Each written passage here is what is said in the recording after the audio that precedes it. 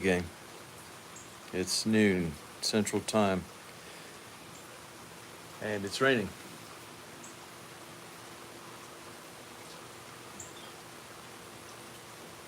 And before I got here, gosh, over a week ago, Dan told my mom he just wanted some rain.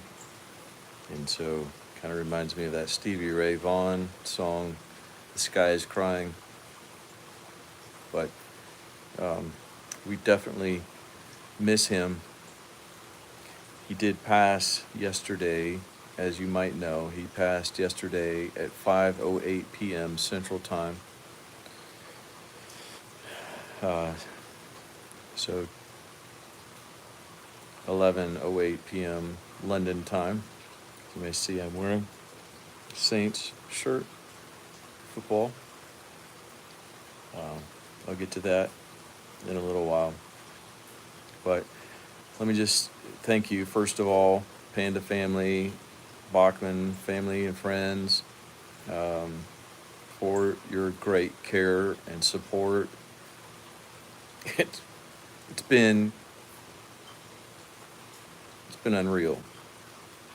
And while we're sad, obviously, at Dan's loss, it's been something that's been in progress for some time. And we're also deeply relieved that he is not in any pain or discomfort. Let me just describe the situation for you yesterday. Um, I was getting ready to. Mom texted me. I had been out. She texted me. She said, "Dan is he's looking like he's getting ready." So I came back, and sure enough, um, he was breathing shallowly. There were no overt changes to him, but as you know, his breathing had gotten a lot shallower. His oxygen saturation was decreasing, and I think you saw the photograph. Some of you saw the photograph of the pulse ox on his finger, and those of you who knew anything about pulse oxen knew that he was very low. I think it was 46 or 47%. For reference, I tell my medics to wake me up. When we're on duty, I tell them to wake me up if the pulse ox gets below 93. And so he was at 46 or 47, and so he was. And at one point, I put the pulse ox on him, and didn't get anything, and he was still breathing. And so that's when I took it off, and we just all looked. It was my mom and my dad, and Dan's friend Shekinah. She had presciently decided to bring food over at an opportune time. And so she was there with us. It was a deeply spiritual moment. We were all holding his hands. I was telling him, "We love you, Dan. We love you, Dan. Love you, Dan. We love you, Dan. It's okay, Dan." And, um, I did see that comment. People wanted us to tell him that. And absolutely, we shared how much you all love him and how much you all care for him to the very end. And his breathing slowed, and he was looking up on the ceiling, on the wall, focused, and it was as if, I don't know, Mom thinks he was seeing angels. I don't know. But he was definitely in a moment. And sometimes he would smile, and sometimes he would mouth words.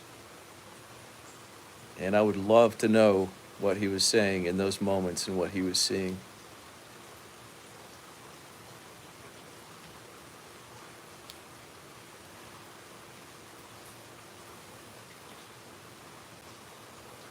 And then he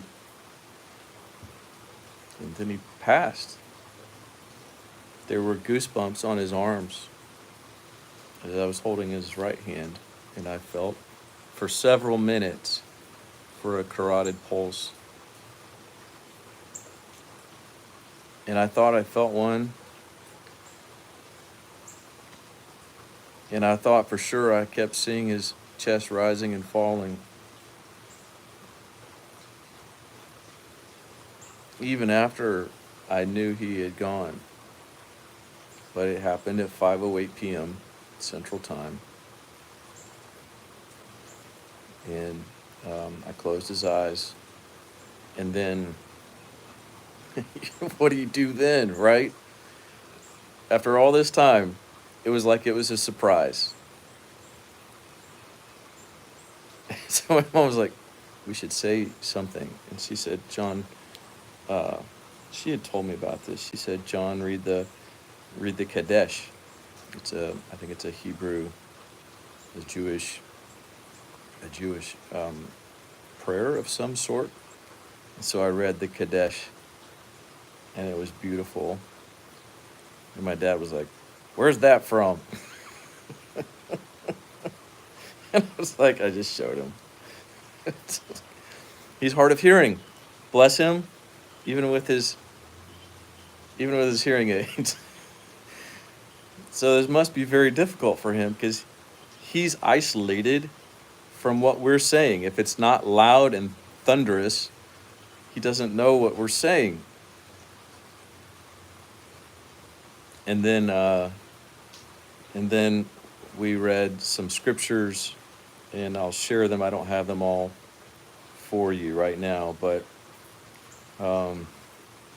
one of the ones I know, Revelation, I think it was from Revelation 21 or 22. I'll share them on my Twitter page. And then I said the Mizpah prayer and sang him the Irish blessing.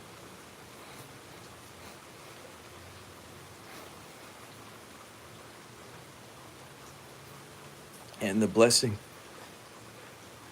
from Moses, Numbers 6:24 to 26. And I'll do my best to sing them at the end of this if I don't forget, okay? I don't know if I'll make it through. It may be asking too much at this time. Why not a Southampton shirt?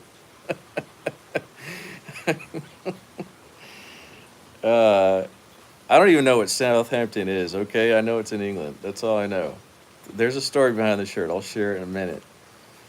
So the next steps, friends, Panda family, is a memorial. We're trying to, the details are amorphous right now. They are yet to be formed, but this weekend is the goal, and we'll adjust. Probably won't make it earlier, could possibly make it later. As I look at all your wonderful comments just streaming continuously, I know that even within Austin in the drivable or flyable area, there's not going to be enough room in a normal venue for this. So we will endeavor to stream this. And I again reiterate the place to share memories, photographs. I have 2 terabytes of memory reserved. I enlarged my Google Drive. So please don't be profligate with the space. Be a little bit sensitive. Don't share all your photos, all your memories. Shoot, you could upload a small clip, audio clip if you wanted to. But with 50,000 followers and innumerable friends locally and throughout his life, it's going to fill up really quick. So I just beg your economy on this, okay? So the address again is bit.ly, bit.ly. And I've been informed that it's then a /, not a /, as I had dyslexically stated. So bit.ly, bit.ly, / Bockmann, Bockmann, is the address to the Google Drive. And I think it should be open permissions to anybody who has the link. Okay, so with that, love from Minnesota. You too, Steve Ballard, 2020. So many of you shared your stories, and I've tried to read. It's hard to keep up with, but I have at least tried to acknowledge the heart that you're sharing on all of these messages, because I know it means so much. It meant so much to Dan, and your words have meant so much to us. You've made this very difficult, bitter time almost, dare I say, sweet. It's community that makes this possible. Community. So I just wanted to put that out there to you. The panda community. What does that mean to you? I want to know. I want to know what the panda community means to you, and I would love to share some comments as Abel in his memorial service. I've been charged with arranging his memorial. Don't have a lot of experience at this, but I figure relationships and memories are going to be the way forward. So in the comments, once this posts, or however it works, I don't even know, please share what the panda, like the history of the panda community, how it came to be. And I have my own ideas, but some of you have been following him every time since the beginning, and I want to hear it from you, okay? And what it means to you. A couple more things, two more things. I want to demystify and I want to thank. So to demystify and to smash some pedestals, I want to aggressively, and I think Dan would be 100% on board with this. He loved you and you loved him. And by extension, I love you guys. And for some reason, you guys have just transferred all Dan's love onto me. And I accept it gratefully. But I also want to smash some pedestals and just say, hey, listen, we are completely human, dysfunctional, more so than you probably could imagine. In fact, all these comments about how great a family we are, there's some truth to that, obviously. But if you want to know a little fuller truth, I've been estranged from my parents for 5 years, and my other brother as well for 5 years. Dan was my only friend in my family. We lost our youngest brother, to suicide in 2003. So, Dan, I don't think he was shy about saying this. He's been through his own demons over the past. He attended 12-step groups. I've attended 12-step groups. I just want you to know that what you see in us is not ourselves particularly. It is, I would say, even in Dan, longtime agnostic, finally Christian, what you see in us and our family, we cannot claim any of that. It's got to be God's goodness. And if you think the panda family is amazing, it is. But I'm here to tell you that what you see in us is not the panda family or the Bachman family. It's God's family. And it's His Spirit. If there's anything good, it is God. All right, so I want to smash those pedestals and give due honor where it is deserved, and that's squarely on God and His goodness. Finally, I want to thank you specifically. I said, what is it about pandas? What is it about Dan? Is it because he gives you courage? Because he's honest about what he's going through? Does he give you courage to face the unknown, to face death even in yourselves, in your loved ones? This is not, I was dreading this trip. Let me tell you, I did not want to be here. So what is it about him that drew you in? And someone said it's gratitude. And G.K. Chesterton has a we're talking. One of my good friends, Monica, an atheist, has been sending me her joy inventories. This is a discipline that she does, and she started it in a very dark time in her life years ago. She's a mother of 4 awesome children, husband as a nurse up in Missouri. They're all up in the Missouri area. And I was reading G.K. Chesterton one time, and he was talking about how um, Robinson Crusoe was shipwrecked, and all the stuff that he might have considered not really worth anything before the shipwreck, after the shipwreck, as he was inventorying what he had, it was life-saving. And G.K. Chesterton said something like, the greatest of poems is an inventory. Something along those lines. I'll try to share that with you when I'm done. And Monica has been sending me joy inventories. And Dan also kept joy inventories. And I think it's so important to say thank you. And so, all that to say, I want to thank Shekinah for being there with us.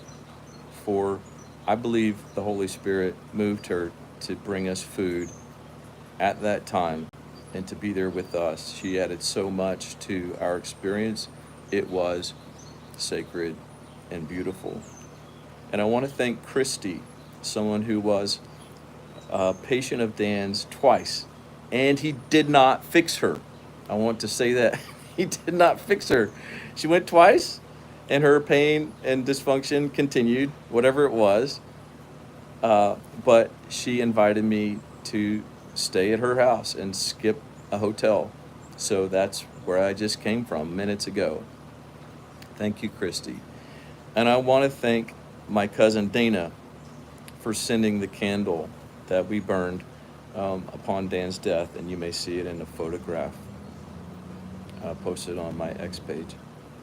And finally, I want to thank Jordan Sisson, who sent Dan this shirt. Jordan is not American, he's Brit, and I've never met Jordan, but Dan met Jordan, and Dan corresponded with Jordan, and Jordan came to learn from him. Jordan is a physiotherapist, and he was interested in the Bachman technique, and Jordan gave me permission to use his name here, and he's the heir apparent to the Bachman technique, and I'm very grateful for him.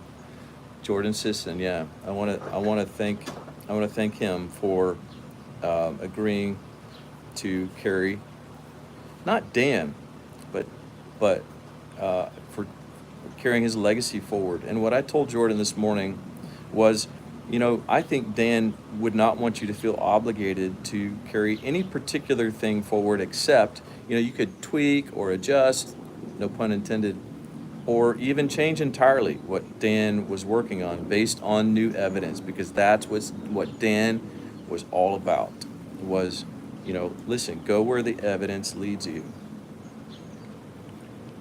So I want to thank Jordan for that. And this is the shirt he gave Dan. So I'm wearing it today in his honor, both of their honor. Anyway, so where do we go from here? Please, some say, please keep his channel open. I may. I don't know. I smite the shepherd and the sheep will scatter. I don't want you to scatter. I don't want you to feel despondent. I don't know how to manage this. This is on his phone. I'll have to figure out something. I don't know if I'm going to, I don't know his password. I just know his password to his phone. I don't even know anything about YouTube. So I keep going live every time because there's a button that says go live. So I mean, it's really just that simple. But I feel a burden in a good way to you from him and to his memory. And so if it is possible, I will do so. And if not, we'll figure out some other way. Thank you, Elaine. The Race Cancer Foundation, Alan Ferris wants to say, remember the Race Cancer Foundation. Alan is a good friend. And just look up Race Cancer. Alan has his own experiences with cancer, and Dan partook in his challenge there towards the end. Dan invited others to come alongside him the end of last year, beginning of this year, in the Race Cancer Foundation. So please look that up. Let me see if there's anything else. Yeah,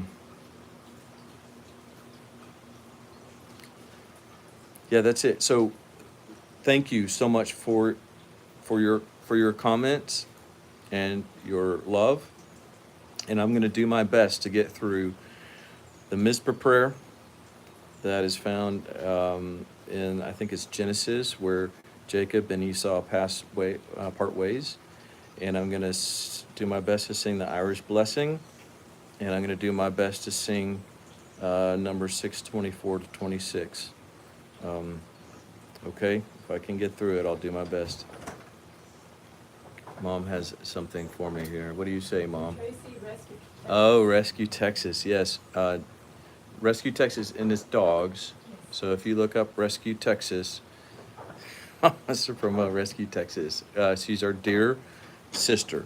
I call her sister. She is our dearly loved sister who set up Dan's GoFundMe. They haven't been married for some time, okay? Rescue Texas and Race Cancer. Thank you. I've been going to the gym, which is that's another thing. I have low back pain because I have been taking care of myself. I've been going to the gym in my off hours, and I have been eating well and showering. But I do have low back pain thanks to going to the gym, almost as if it's in honor of Dan. Okay, so here's the Mizpah prayer. May the Lord watch between thee and me while we are absent one from another. And then the Irish blessing, appropriate enough with the rain in the background. May the road rise to meet you, may the wind be at your back, the sunshine warm upon your face, the rains fall soft upon your fields. And until we meet again, till we meet again, may God hold you in the palm of his hand. And this is Numbers 6:24 to 26. The Lord bless you and keep you, make his face shine upon you and be gracious to you.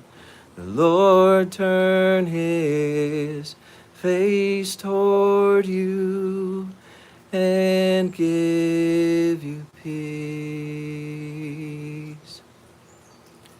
Thank you, friends. Love you all.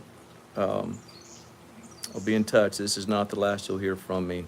I did change my ticket to go back to Tennessee, as you might have guessed. I stayed, so I'm here through Sunday night. Love you all. Bless you.